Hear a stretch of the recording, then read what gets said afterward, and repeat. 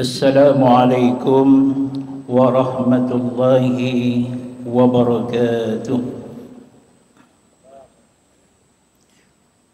الحمد لله الذي قد أخرج نتائج الفكر لأرباب الحجة، والصلاة والسلام على سيدنا المصطفى محمد صلى الله عليه وسلم أهل الصدق والتقى، وعلى آله وأصحابه والتابعين وتابعي تابعيهم أولي العلم والنهى. اللهم صل على محمد وعلى آل محمد. أشهد أن لا إله إلا الله وأشهد أن محمدا رسول الله. قال الله تعالى: أعوذ بالله من الشيطان الرجيم. يا أيها الذين آمنوا اجتنبوا كثيرا من الظن إن بعض الظن إثم ولا تجسسوا ولا يغتب بعضكم بعضا أيحب أحدكم أن يأكل لحم أخيه ميتا فكرهتموه واتقوا الله إن الله تواب رحيم. Bapak-bapak, saudara-saudaraku dan ibu-ibu dan saudara-saudari yang dimuliakan oleh Allah Subhanahu wa taala. Ayat yang kita bacakan sebentar tadi dapat kita lihat di dalam Mushaful Quran surat Al-Hujurat ayat 12. Dan kita beri judul tazkirah singkat kita ini dengan menjaga lisan. Bapak-bapak, ibu-ibu, saudara yang dimuliakan oleh Allah Subhanahu wa taala. Rasulullah sallallahu alaihi wasallam berpesan kepada kita. Pesannya, "May yadman li ma baina lihyaihi wa ma baina rijlaihi admanu lahul jannah." Siapa yang dapat menjamin untukku apa yang ada di antara dua lihyaihi ini, wa baina rijlaihi, antara dua kakinya,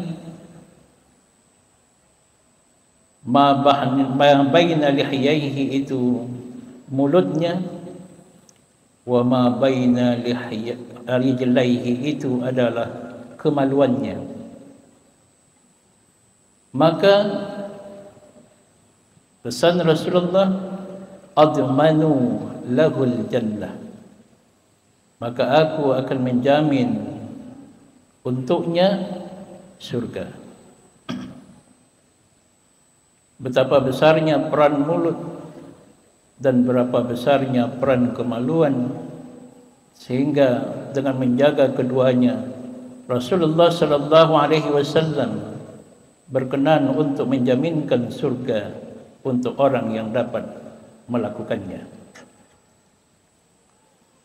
Bapak-bapak, saudara yang dimuliakan oleh Allah Subhanahu wa taala. Tetapi banyak orang yang tertarung dengan keduanya.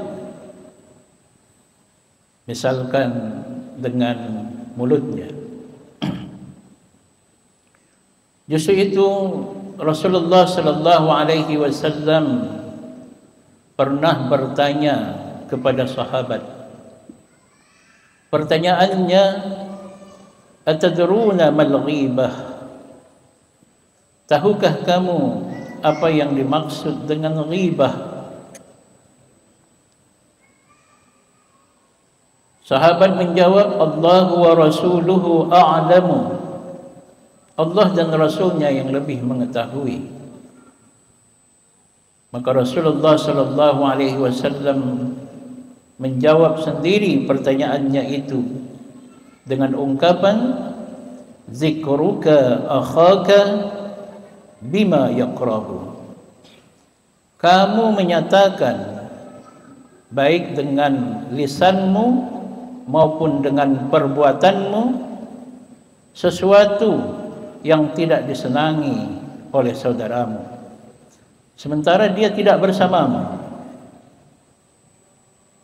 Maka sahabat ini bertanya, ya Rasulullah, bagaimana seandainya apa yang aku sampaikan itu adalah benar? Maka Rasulullah sallallahu alaihi wasallam menjawab, in kana fihi ma taqulu, jika yang kamu sampaikan itu pun benar, faqad ghtabtahu, maka kamu sudah melakukan ghibah. Dan ghibah ini berbahaya, sebagaimana diungkapkan di dalam Al-Quran, wala yaghtab ba'dukum ba'dha, janganlah satu sama lain saling bergunjing. Dan diumpamakan bahayanya, ayuhibbu ahadukum an ya'kula lahma akhihi maitan fakarihtumuh, apakah kamu mau memakan bangkai saudaramu dan pasti kamu tidak menyukainya. Nabi pernah lalu di muka seorang wanita yang sedang melakukan pergunjingan, dan waktu itu bulan puasa. Rasulullah mengatakan, muntahkan. Saya puasa ya Rasulullah. Muntahkan, kata Rasulullah. Saya berpuasa ya Rasulullah. Rasulullah menyatakan untuk ketiga kalinya, muntahkan. Maka perempuan ini memuntahkan dari mulutnya, keluarlah seketul daging yang berbau busuk. Dan itu cerminan daripada firman Allah, ayuhibbu ahadukum an ya'kula lahma akhihi maitan fakarihtumuh. Yang pertama yang akan keluar adalah ghibah, dan yang kedua adalah wa illam takun fihi ma taqul. Seandainya yang kita perbincangkan tentang seseorang itu tidak benar, maka kata Rasulullah sallallahu alaihi wasallam, faqad bahattahu, maka kamu sudah melakukan buhtan. Buhtan itu bahasa lainnya adalah al-fitnah. Wal fitnatu ashaddu min al-qat. Fitnah itu lebih berbahaya dari sekedar pembunuhan. Fitnah jika dilakukan, dia akan memberikan efek berketurunan. Kalau membunuh, mungkin dia akan mati dalam waktu seketika.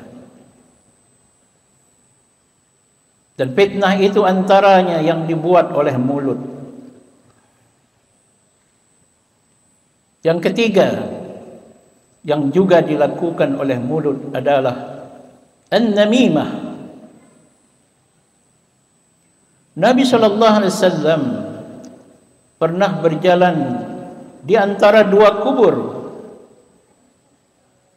dan orang yang ada di dalam kubur itu sedang diazab.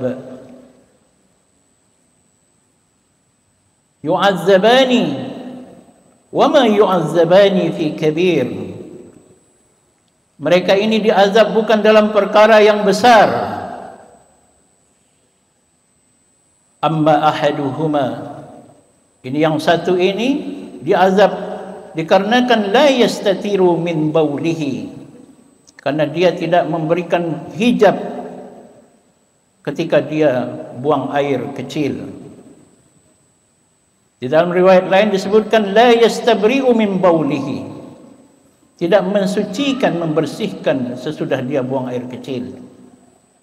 Adapun yang satunya lagi adalah fakana yamshi bin namimah. Yang satu lagi ini kerjanya memperlaga-lagakan orang. Rasulullah sallallahu alaihi wasallam menyebutkan, tidak hanya di atas dunia ketika berada di alam kubur orang ini akan tersiksa karena dia akan diazab di kuburnya.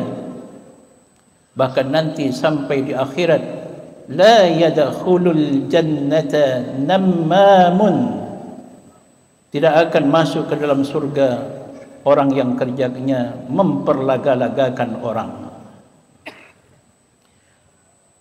Bapak-bapak, saudara-saudaraku yang dimuliakan oleh Allah Subhanahu wa taala,